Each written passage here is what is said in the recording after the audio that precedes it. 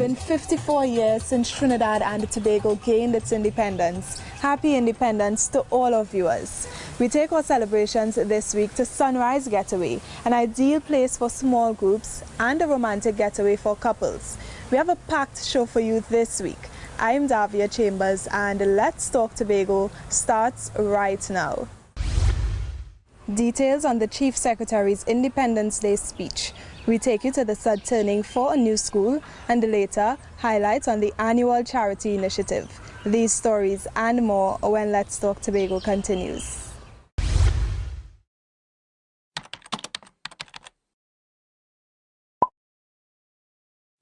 Hey, why don't you step into the Scarborough Library facility?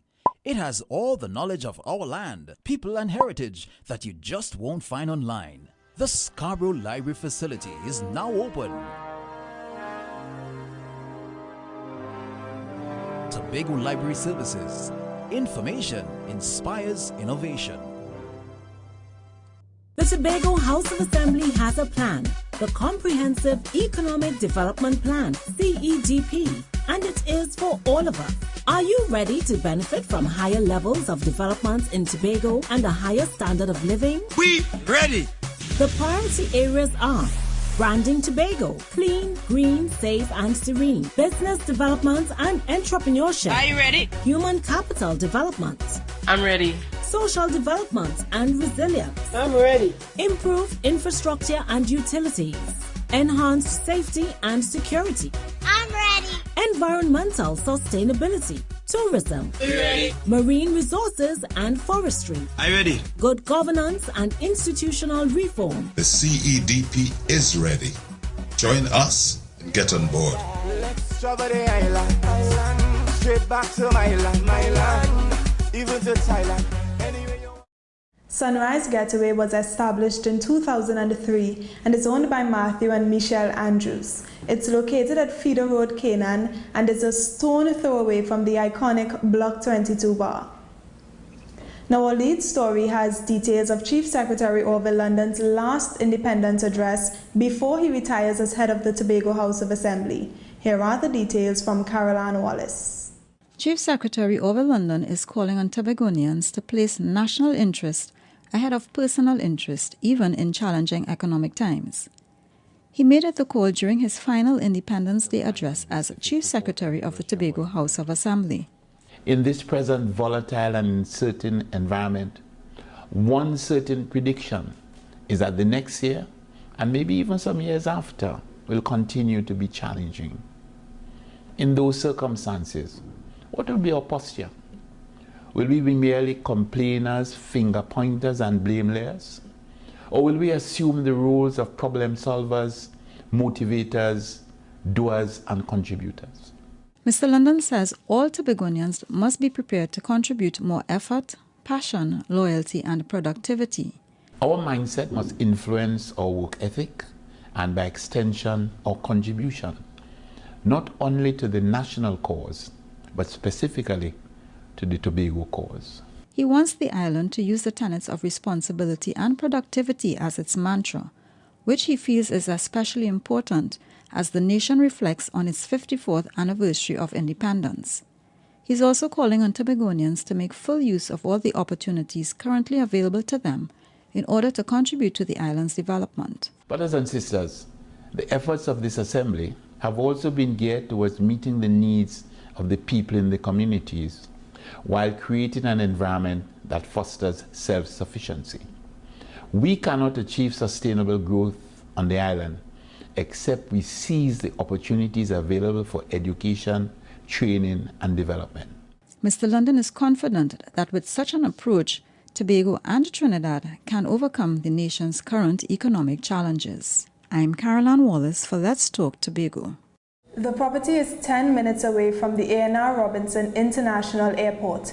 The construction of Sunrise Getaway was inspired by family and a need to explore the hospitality industry.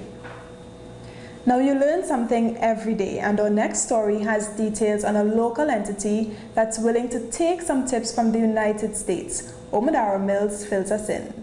EADCOT is responsible for sustainable industrial development. while establishing and maintaining industrial best practices. That's one of the reasons why the company recently signed a twinning agreement with Devon's Enterprise Commission, an eco-industrial park based in Massachusetts in the United States. It's seen as a knowledge-sharing process. The benefit really is us learning how to bring our people to the point where we adopt a philosophy of how we treat with our garbage and our waste, right? So in those countries, you have systems whereby your plastics in one thing, your paper in another, and so on. That's the philosophy that effectively supports an eco-park. We need to get to that point. So in terms of developing programs that we involve the businesses and the residents and so on, that's part of the learning that we'll have to take on board and try to bring it within the society in Tobago. The partnership was initiated with the signing of a memorandum of understanding between the companies in June. Under this agreement, they will share knowledge and experience in a number of site visits between the parks. It will enhance the park's efforts to be eco-friendly. At this point in time, we already have a prospective tenant that's going to be doing waste recycling, right? We have other prospects who will be doing waste to energy. Then we have another prospective tenant who is going to be doing the tire recycling and converting the converted stuff into mats and shoe soles and that type of thing. So we have a whole zone within the park that deals specifically with recycling. Yeah, so it's all consistent with what we're trying to do from the eco dimension. The collaboration between the parks is one that will help fulfill the mandate of the island's Comprehensive Economic Development Plan 2.0. We want to get to the point, certainly, when you talk about the branding of Tobago of clean, green, safe, and serene, where we do away with landfills, we do away with garbage dumps. That's utopian. That's true industrial symbiosis and symbiosis that could be brought into the homes and businesses. That's where we really want, where we need to go as far as Tobago is concerned. Yeah. The twinning of this eco-industrial park with one in the United States will help Tobago move closer to its goal of diversifying its economy while preserving its natural environment for generations to come. I'm Amadara Mills for Let's Talk Tobago. Formerly recognized as Sunrise Indoors, the property was rebranded as they sought to expand by adding new rooms, a pool, and a restaurant. The Face-to-Face series continues, and this week it takes us to Lands for Me to hear the concerns and suggestions of residents in that area. Here are the highlights. The communities on the north of the island, which include Castara, Palotovere, Lands for Me, and Bloody Bay, are known for their pristine beaches and lush greenery. Over the years, there have been improvements to the lives of residents in various sectors. However, the provision of housing is a concern for some residents who may not have land or the funding to build their own homes. We also want to ask the Assembly if there is any plans for housing in Palotovere, expansion at the village, not only in Palotovere, but in surrounding areas. You know, a lot of young people want to live in the community, want to come back home. I think what we're going to be doing in the upcoming years is to focus as much attention on those persons who have land and are willing to do their own construction, and we're going to assist. And I think Palotovere is more likely to benefit from that kind of initiative. The construction of a gas station in one of the communities is another issue which was addressed. In some cases, what MP would do is that they would provide facilities for if you have a jetty or something like that, facilities for boats to fuel, you know, a kind of station at the end of the jetty. That is a possibility, which we will explore. But the idea of a gas station, that is not going to happen in the shortest possible time. Residents also want a closer relationship with the Assembly so that they can be better informed of the developments in their villages. We need to get more togetherness, more unity with the Assembly, right, and the people in the community so we can work together in a better relationship to make ourselves a better place and more comfortable for us. Other major issues raised in this meeting are land space for playing field, upgrades to the sporting facilities, a more effective bus service, and refurbishment of Palo Vere's jetty. I'm Amadara Mills for Let's Talk Tobago. Up next, highlights on the new Scarborough RC School. Stay with us. Let's Talk Tobago will be right back.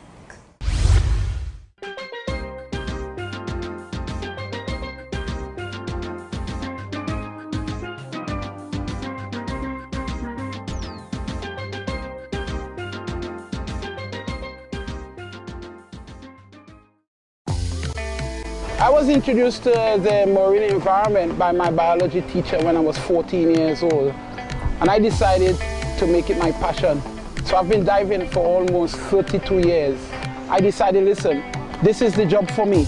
I also find great joy in introducing the kids to that environment because that's our future. I am Alvin Douglas. I'm a dive shop operator at the Tobago Beach facility, and tourism is all I think.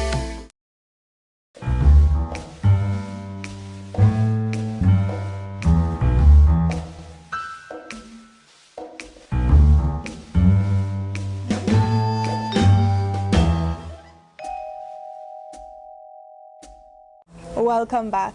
We're exploring Sunrise Getaway this week. The property is tucked away in the peaceful village of Canaan. It's walking distance to the Penny Saver supermarket and just a 5-minute drive from the Colosseum Mall in Crown Point. Now for some good news. The construction of the new Scarborough Roman Catholic Primary School will begin shortly. We have details from the recent sod turning ceremony. The parents and staff of Scarborough RC have been eagerly awaiting a new school compound. The Bacolet School is now set to move to Smithfield, Lower Scarborough. Overcrowding and student safety were just two of the many reasons why a new premises was needed for the school. I am very happy that it is happening. The cramped conditions, the overcrowded classrooms, no playing areas, limited parking facilities, and the list goes on. And then there were the social and other constraints. Nobody mentioned the proximity to the school and all that meant for the students. When you have funerals, when you have weddings, when you have services, and the proximity to the main road and all the dangers that entailed. The Chief Secretary says despite these issues, funding was the main reason for the delay in building a new school. We could not access the $50 or $60 million necessary to deliver. It's as simple as that. It wasn't any malintent, we just simply did not have the money. I'll tell you why. There was no year that we received more than $3-4 million from the central government for this project. It is the first time that our central government took us seriously and therefore decided that they will allocate $15 million to that project. The school's principal is thrilled about the progress being made toward the pending construction. Very excited. To God be the glory. It's a bit of relief in that you know that with all the challenges you would have faced, we are at the point where we can turn this on, where the contract has been awarded and where you expect within 18 months that the students of Scarborough RC School will experience a new atmosphere. The project is scheduled to begin in the coming weeks with an estimated duration of 18 months. I'm Kern de Freitas for Let's Talk Tobago. I'm sure some of you are wondering what are the packages like at Sunrise Getaway. Well, the manager offers you free breakfast on the morning of your arrival. But that's not all. Guests can get to and from the airport with no cost attached. Now, music for some people is an escape from the many challenges of the day. People came together at the Shore Park complex for the soothing sounds of Pan. Listen to this.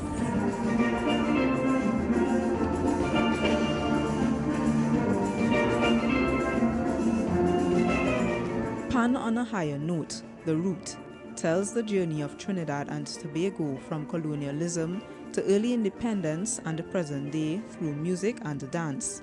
The concert was staged by the National Steel Symphony Orchestra from Trinidad and included guest performances from Kay Allen and the Tobago Heritage Dancers in celebration of National Patriotism Month. We are bringing a sense of pride back to the Trinidad and Tobago. We want to culminate what you call patriotism to the Trinidad and Tobago. The people of Trinidad and Tobago have to have a sense of joy to what we could be a national instrument and anything else that we could be patriotic to. In marking the occasion, there was also a young musicians workshop and mini concert. Here, young participants got the chance to play on the G or Genesis pan, which is a redesign of the traditional steel pans, developed under the leadership of Professor Brian Copeland. What the students get, the participants get, is a hands-on experience with the instrument. But more so, what is important for the National Steel is to plant the seed in these musicians, these young musicians, where they could further go on and develop their skills in musicianship, get degrees or associate degrees in music performance, both locally and abroad, and come back and be a part of the National Steel Symphony Orchestra. Members of the National Steel Symphony Orchestra also educated young players on the history of the steel pan's development and highlighted the careers that are available in the steel pan industry. I believe instead of having recorders and all them other instruments, when you come into high school, from primary school, everybody must at least start playing steel pan. Even if you decide to branch off into singing or whatever instrument after, that is your choice. But everybody that come through Trinidad and Tobago schools should at least know to play the steel pan. A series of events were hosted in Tobago by the Ministry of Community Development, Culture and the Arts, in collaboration with the THA's Division of Community Development and Culture.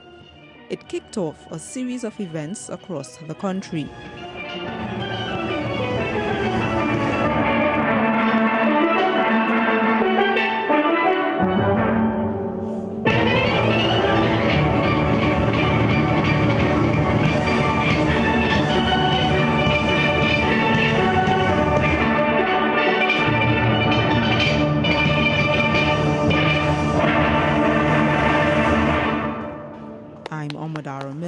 For Let's Talk Tobago.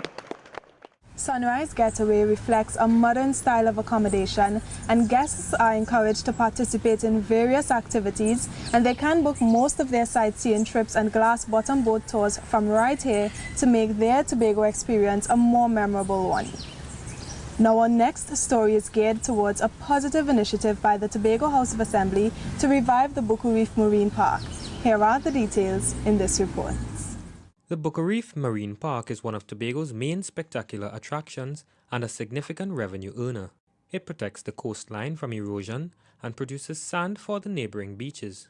The Tobago Watercolors project will help protect and reinvigorate the reef, which is very important to both the Tobago economy and its environment. Buku Reef has served us very well over the years, for many, many years. It is the major tourist attraction in Tobago. It accounts for a significant part of our GDP from tourism, and it employs a number of Tobagonians. Many Tobagonians earn their living from activities related to the reef and so on. In order to facilitate this project, activities that are normally held at the reef will be diverted to alternative facilities. The Inter-American Development Bank is funding the project, which is being spearheaded by the Cropper Foundation. Renowned massman and artist Peter Minshall is the designer for the underwater attraction. A project of this magnitude must be broken down into different phases to ensure successful execution. We have a financial feasibility and marketing and communication plan being developed. We have a site selection to establish an alternative site to the reef. We have wastewater treatment, because waste is one of the ingredients that is causing the deterioration of the reef. The Tobago House of Assembly played a major part in the execution and development of this project. The THA is a key stakeholder in this project because they have been collaborating since 2014 with the Cropper Foundation in the development of the project. They also contributed in terms of what type of material will be used in the construction of the sea art facilities, where the sea art facility will be located. The Tobago Watercolors project, which was launched in Buku in February, is at an advanced stage of planning. I'm Kern DeFreitas for Let's Talk Tobago. Coming up on Let's Talk Tobago, we tell you about the annual charity initiative. We'll be right back. Stay with us. Going to Barbados? Why continue to pay high prices when you can get there for only US $231.95, all taxes included? Yes, you heard right. You can now travel to Barbados from Tobago for a mere US $231.95 on Gold's weekly service. So if you're going to Barbados for business, the beach, crop over, or attending university, stop wasting your money on those other high-priced airlines and get there for a fraction of the cost. To book, just log on to www.vogel.com.br. Barbados just got closer.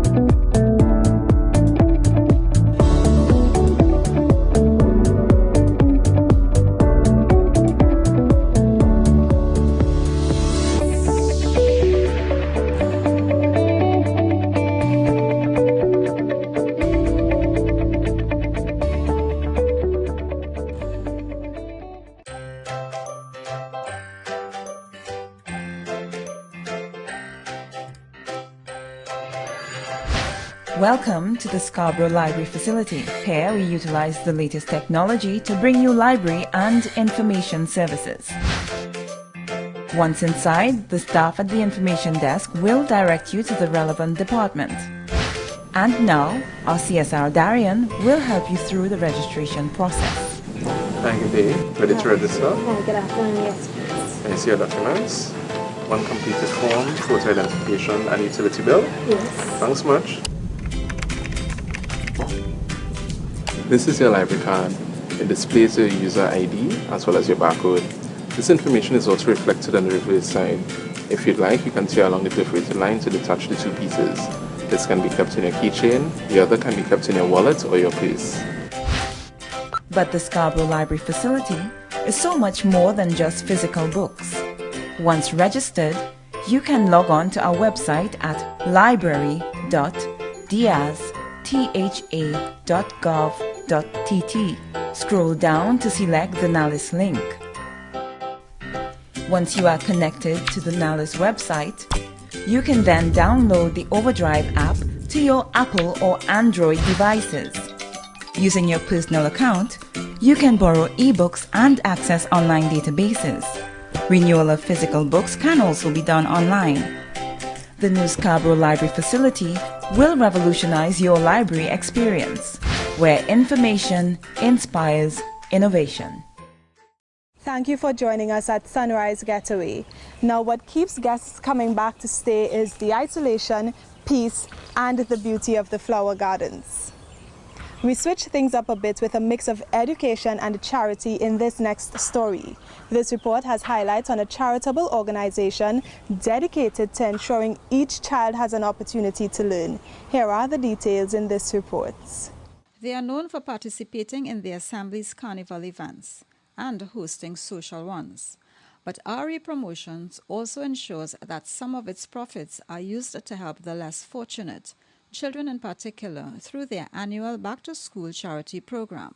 Our events mandate specifically deals with the development of youth on the island. Today, we will welcome you to our second annual back-to-school charity initiative. This initiative caters to the disadvantaged students by providing them with basic school necessities to facilitate their academic development. Education is the most powerful weapon which you can use to change the world. This year, the group assisted 80 students throughout Tobago with items like calculators, flash drives, school bags, lunch kits, and dictionaries, just to name a few.